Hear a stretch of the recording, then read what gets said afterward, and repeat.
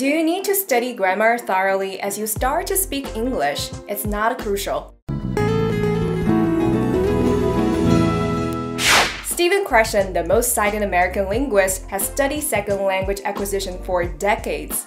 He argues that no matter whether you're an adult or a child, we all learn language in the same way. We don't learn language, but acquire language. This process happens subconsciously. Krashen found that when we consciously learn grammar, we don't acquire language. Too much focus on grammar may even interfere with your communication. All those things like grammar, vocabulary, are the result of getting comprehensible input. That being said, natural communication is the best way to acquire language. You will automatically pick up the rules when you read a lot and have lots of conversations. You will tell if a sentence sounds right. Let's talk to native English teachers on 口语侠 to see if this is the case. You know, grammar you can learn on your own at a speed, but you're never going to improve your grammar if you don't communicate. Communication, I have noticed, is definitely the best way to improve because whoever you're communicating to can help you with correcting your grammar. Copy the person you're listening to. Do you mean copy the exact words, write down, or shadowing? No, what you would do is if we were talking and you heard me saying, oh, I went to the market today and I brought some cheese and bread, your subconscious would hear me and you would probably say it to yourself without even realizing.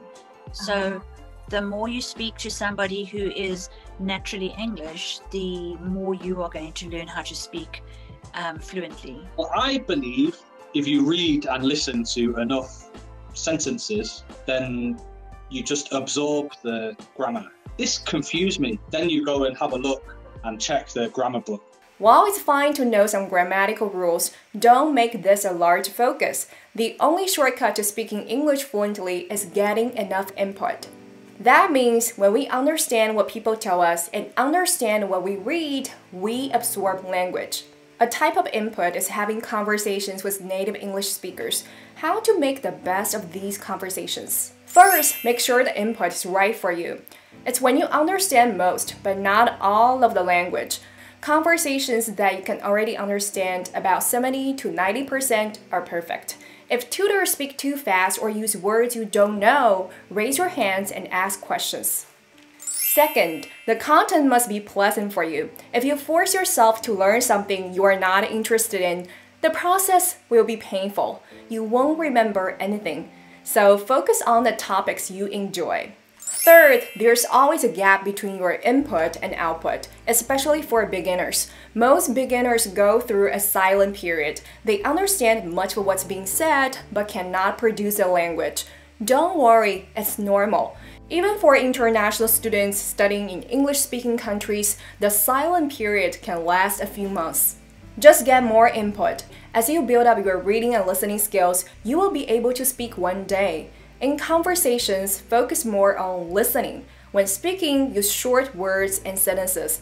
Then gradually use longer words and sentences, and then get pretty fluent. For intermediate learners, talk to your conversation partner more often. Conversation with native speakers gives you lots of input and improves your output. Fourth, if you want to speak fluently in all contexts, you must devote at least 5 years. Linguists conclude that if a person has strong first language and literacy skills, it takes 5 to 7 years to achieve advanced fluency. If a person has not fully developed first language skills, it may take 7 to 10 years to reach advanced fluency. In one word, our brain is so good at figuring out language subconsciously. With enough input, you will improve your English. Thanks for watching. I'm Xia Bingbao. See you next time.